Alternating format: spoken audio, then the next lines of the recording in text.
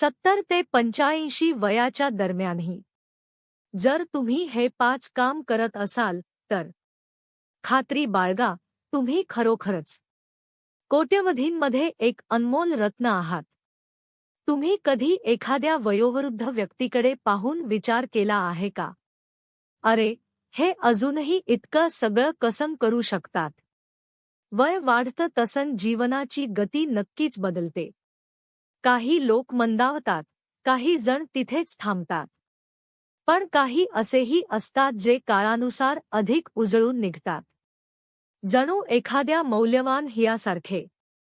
ते आजही तेच काम करतात जे बहुतेक लोक त्यांच्या वयात खूप आधीच सोडून देतात.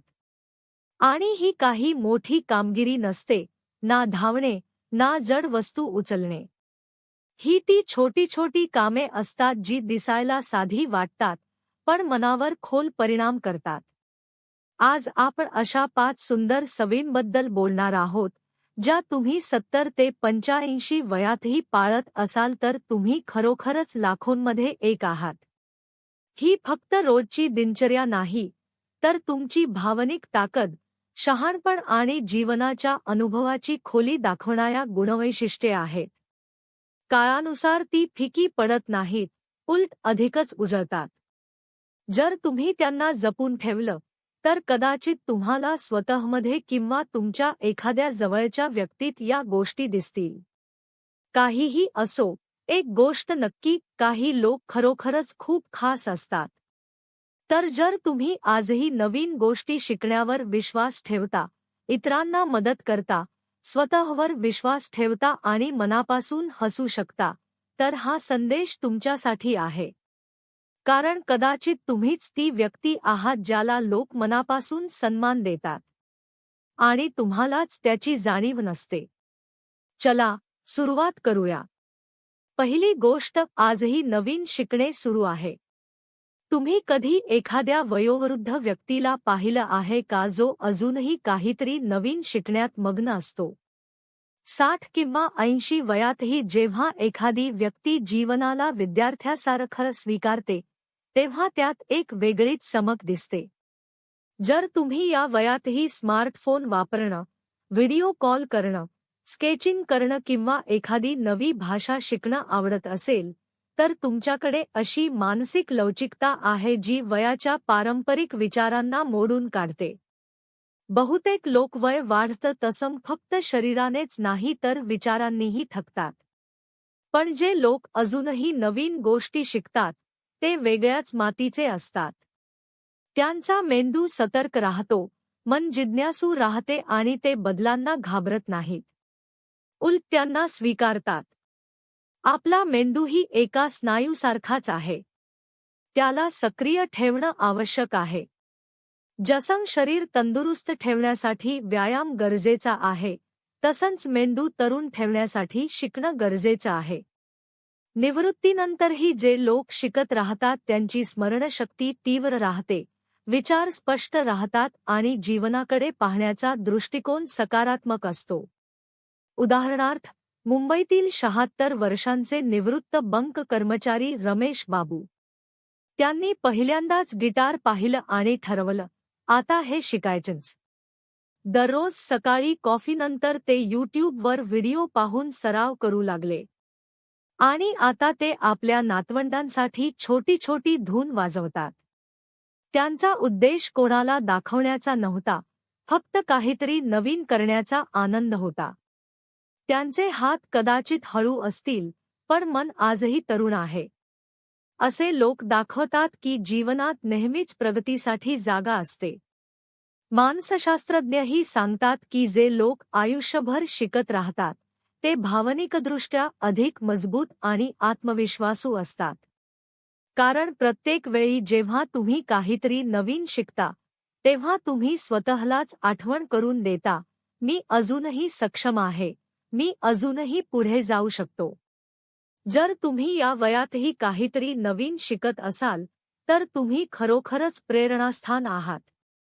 तुम्ही फक्त वेळ घालवत नाही, तर हे सिद्ध करत आहात की जगण्यात अजूनही खूप काही बाकी आहे. दुसरी गोष्ट, इतरांना भावनिक आधार देणे. कधी कधी खरी ताकद दिसत नाही, ती फक्त जाणवते. जर लोक अजूनही तुमच्याकडे त्यांच्या गोष्टी, अडचणी किंवा मनातील ओझ घेऊन येत असतील, तर समजा तुमची उपस्थिती त्यांच्यासाठी समाधान देणारी आहे. तुम्ही फक्त ऐकत नाही, तर त्यांच्या मनाला शांतता देता. भावनिक आधार देण्यासाठी मोठ्या शब्दांची गरज नसते, फक्त समजूतदारपणाची गरज असते. कधी कधी ते फक्त एक हसू, शांतपणे ऐकणे किंवा एक वाक्य असते, मी समजतो, मीही असं अनुभवलं आहे, आणि समोरचा माणूस अचानक एकटा वाटत नाही. तुमच्या आयुष्यातील अनुभव, चढउतार, दुःखसुख त्या सगळ्यांनी तुम्हाला एक मजबूत भावनिक आधार बनवला आहे. जे लोक अजूनही इतरांसाठी उभे राहतात, ते खरोखरच असामान्य असतात. या वयात सहानुभूती ही फक्त भावना नसून धैर्य असते. कारण तुम्ही आयुष्याचे वादळ पाहिले आहेत आणि तरीही तुम्ही कोमल राहिलात. पुण्यातील 80 वर्षांच्या निवृत्त शिक्षिका विमला मावशी याचे उत्तम उदाहरण आहे. पतीच्या निधनानंतर दुःखात बुडून जाता त्यांनी स्थानिक सहाय्य गटात लोकांना आधार देण्याचा मार्ग निवडला. त्यांच्या शब्दांपेक्षा त्यांची शांतता अधिक समाधान देत होती.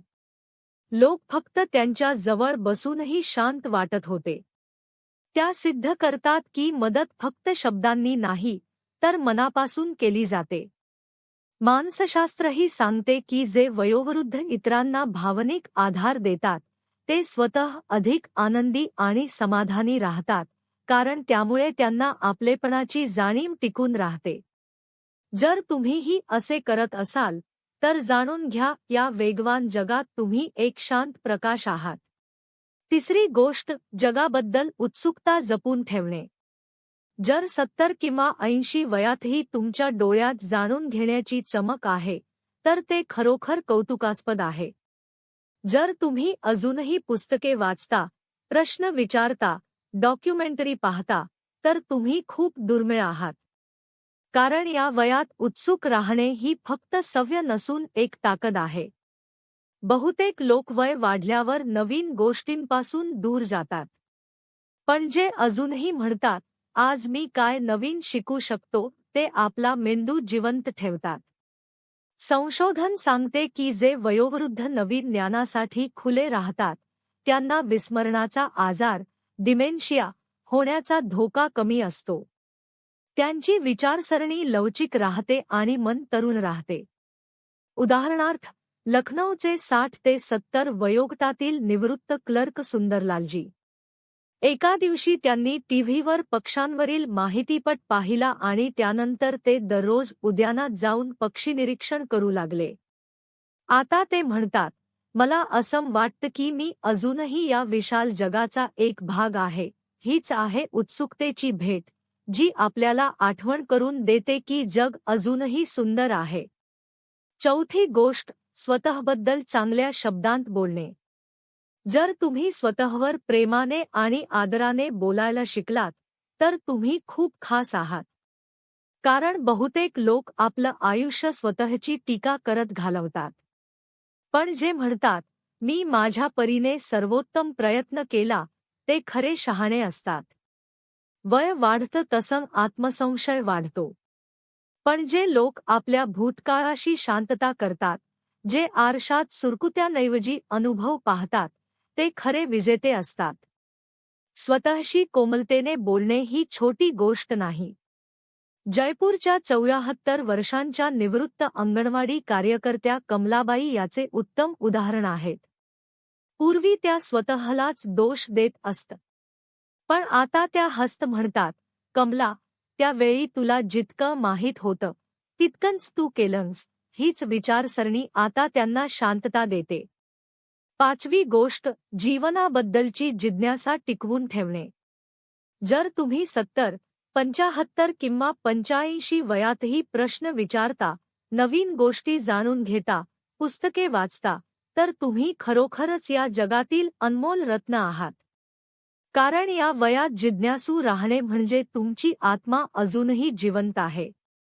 भोपाळचे 69 वर्षांचे गोविंदराव दररोज सकाळी काहीतरी नवीन ऑनलाईन व्हिडिओ पाहतात. कधी पुरातत्व, कधी बागकाम, तर कधी समुद्री जीवनावर. ते म्हणतात, कदाचित मी आता जगभर फिरू शकत नाही, पण माझं मन रोज एका नव्या प्रवासाला निघतं. हीच आहे जिज्ञासेची ताकद. अंतिम विचार. जर तुम्ही इथपर्यंत आलात, तर याचा अर्थ तुम्ही अजूनही स्वतःला अधिक चांगलं बनवू इच्छिता.